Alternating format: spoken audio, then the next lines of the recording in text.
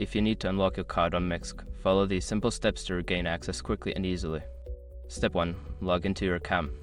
Access your MEXC account by entering your credentials on the official website or app. Ensure you have a stable internet connection for a smooth login process. Step 2. Navigate to the card management section. Once logged in, locate the card management or wallet section in your account dashboard. This area contains all the settings related to your card. Step 3. Select the locked card. In the card management section, find the card that is currently locked. Click on it to view more details and options related to that specific card. Step 4. Choose the unlock option. Look for an option that says unlock or reactivate. Click on this option to initiate the unlocking process. You may be prompted to confirm your action. Step 5. Follow the verification steps.